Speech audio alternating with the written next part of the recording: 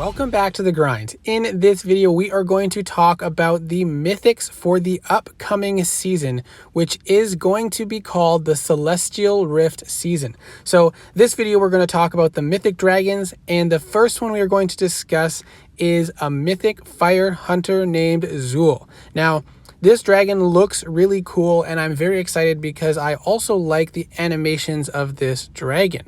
Now, the first spell we're going to talk about is Smothering Revelation, which is an active white 1 rage spell, damages towers in a target area for 12% of its modified HP and freezes them for 4 seconds.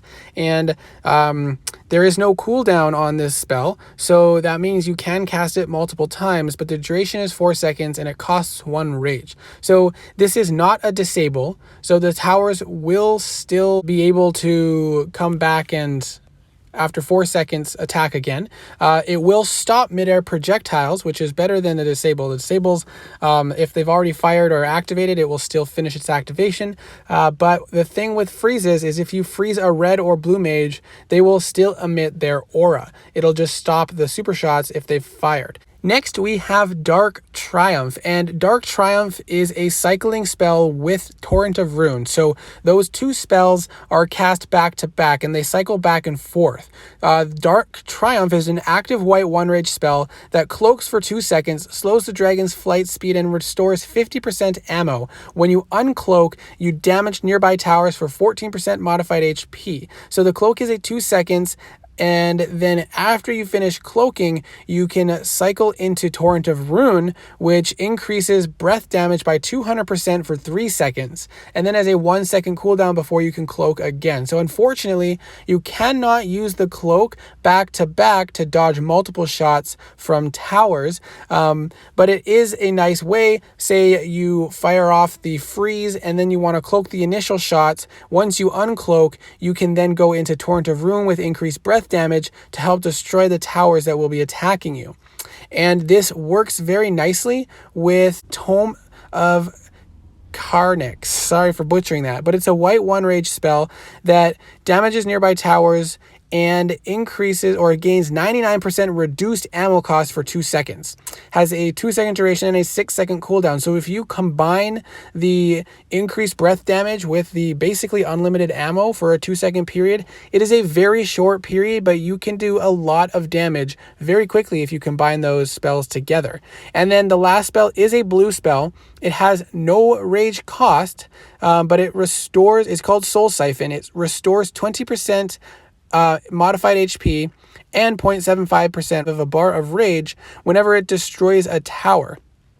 So you want to use this when you're going to deal a lot of damage to towers. It lasts 4 seconds and has a 3 second cooldown, so you can use it pretty frequently. And because it has no rage cost, it's a very nice way to gain rage back. But again, it relies on you destroying towers. So if you're able to destroy the blue mage right away and then cycle into Torrent of Rune for the increased breath damage, and then also activate Tome of Carnix for the increased ammo, then you can destroy a bunch of towers and restore a bunch of health. And then after that brief 3 second period of increased breath damage, 1 second cooldown, you can go back into a cloak to allow yourself a period of protection. And also by that time, you can use the freeze spell again if you want to throw it off before you cloak, so that by the time you uncloak, the towers will still be frozen and allow you a little bit more time without being under fire. So this dragon has a lot of firepower and is actually a lot of fun to fly, but it does take a little bit of skill to be able to avoid damage when you're under attack, or when you're attacking a base with really maxed out high level towers, especially with defenders. But with undefended bases, you can just completely destroy the bases very quickly with that burst of damage and high ammo regeneration, especially because you can cycle them back within a couple seconds. So, or I guess the ammo one is 6 seconds, but if you do a cloak in between, pretty much when you uncloak, your spells are going to be ready again. And having that freeze is a nice way to take out a tower of the picture temporarily, especially with long-range howitzers. You can fire that to the back island to freeze the howitzer shot that's already midair and freeze the tower for 4 seconds so you don't have to worry about it. It can also be a good way, after you come out of a cloak, freeze a tower and then allow a little bit of anchor time before you destroy that tower. So this dragon has a lot of firepower, but is a little bit weaker on the defense side of things because, as you can see, his only defense is the cloak, and that cloak is tied to a cycling spell, so you cannot activate it at any time you want. You do have to cycle through Torrent of Ruin first in order to get back to the cloak. But a sort of pseudo-defensive ability that this hunter has is the ability to gain a lot of health based on tower destruction. So because you can destroy towers very quickly and deal a bunch of damage in a 2 to 3 second window, then if you have Soul Siphon active, which does require the blue mage being destroyed, that can access you a lot of healing. But again, ice flax, shields, and blue mages will be a significant barrier to this dragon healing, and so you're gonna have to prioritize towers appropriately, and it will take some practice with defenders. But what I imagine being an ideal scenario is coming around the corner and freezing either the storm tower or say the ice flak, and then unlocking your cloak after you burst a tower. If you can, if you're good at bursting towers on the corner, you can try to burst down the blue mage. Once you've come around the corner, you can then cloak to avoid the initial shots, and as soon as you uncloak, you have a couple towers frozen ideally, and hopefully the shield or blue mage is either or hopefully the blue mage is destroyed, or at least you have the shield tower frozen so it doesn't activate the shield, and then you can unload with Torrent of Ruin and Tomb of Carnix and deal a bunch of burst damage with your ammo, which should allow you to take out the blue mage and the storm or shield tower.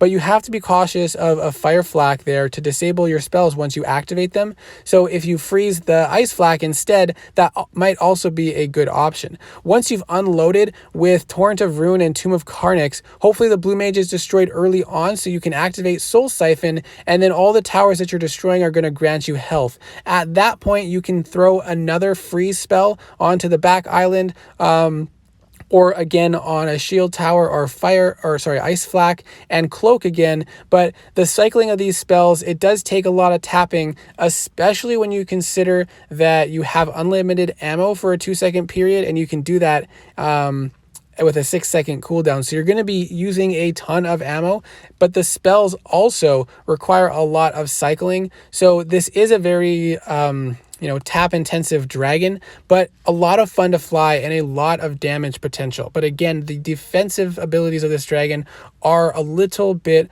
lacking. Now let's move on to Sorathrim. And I might be butchering that name too, but I call him Sora for short. This is a mythic earth warrior, and this warrior is tempting to me. It's a lot of fun to fly as well. This warrior has Celestial Protection, which is an active white 1 rage spell that alternates between Endure Evil and Cleansing Burst. Each cast restores 1 rage, so it costs 1 rage and restores 1 rage, which means it's basically a free spell, but you do need 1 rage in order to cast it. But with each cast, you also restore 18% of Dragon's base HP, not modified HP, it's base HP.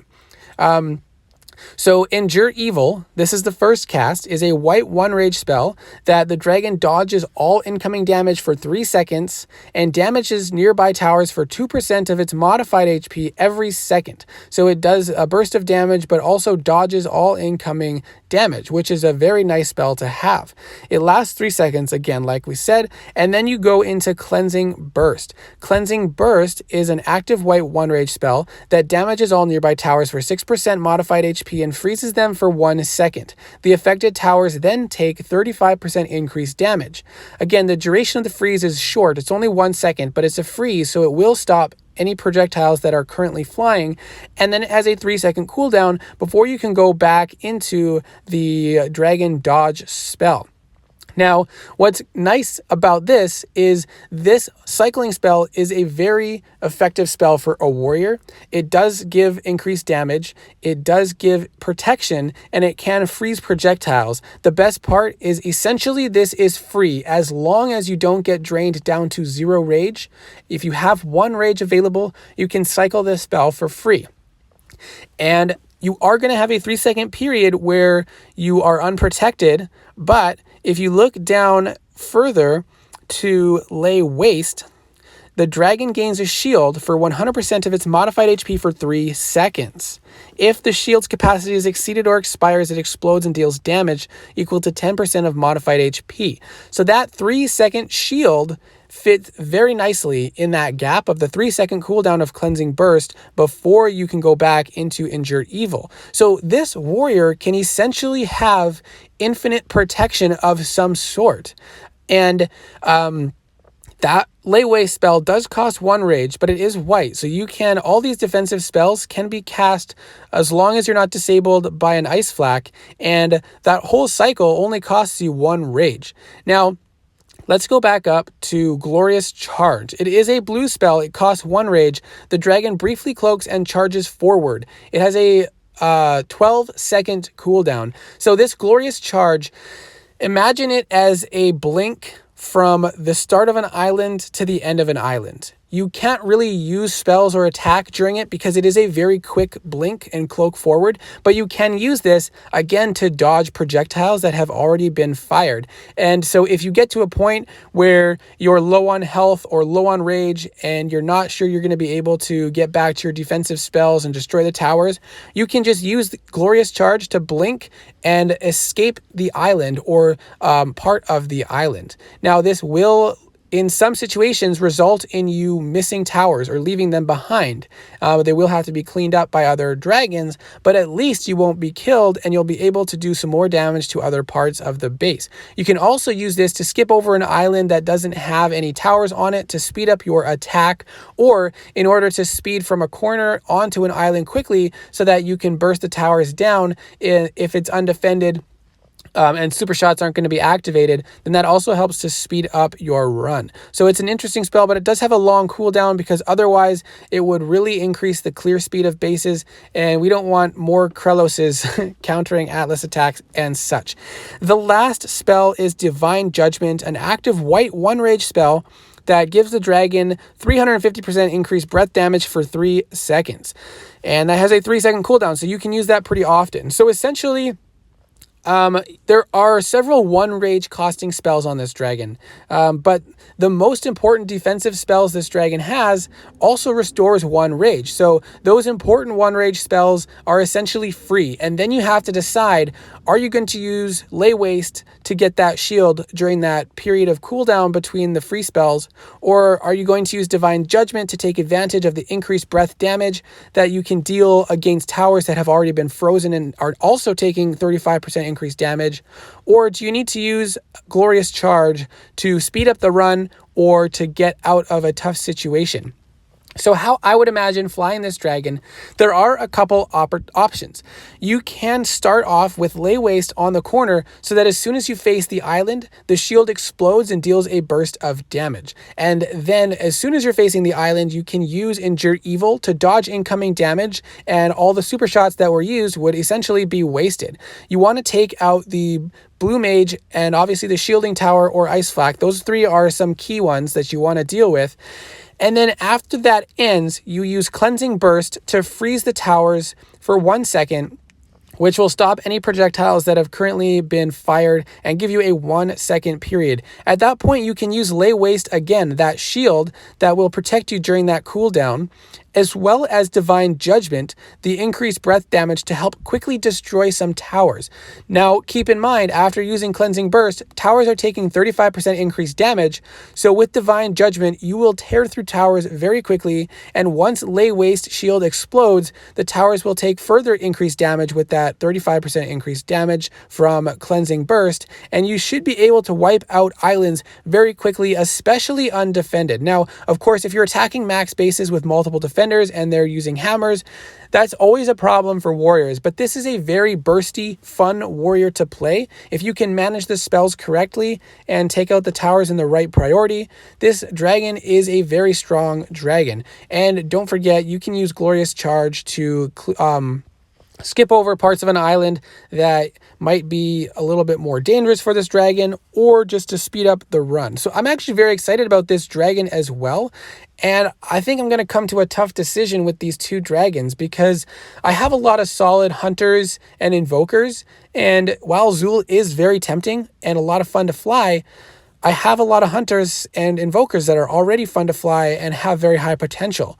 And I don't really use warriors that often, or sorcerers, but this warrior is one that seems like it really has a place in the game, where a lot of warriors are typically viewed as slow and very weak on damage. This warrior actually is strong, has a lot of damage dealing potential while still being very tanky, but also has a potential for clearing bases quicker than most warriors will because of the burst potential, as well as having Glorious Charge to skip forward.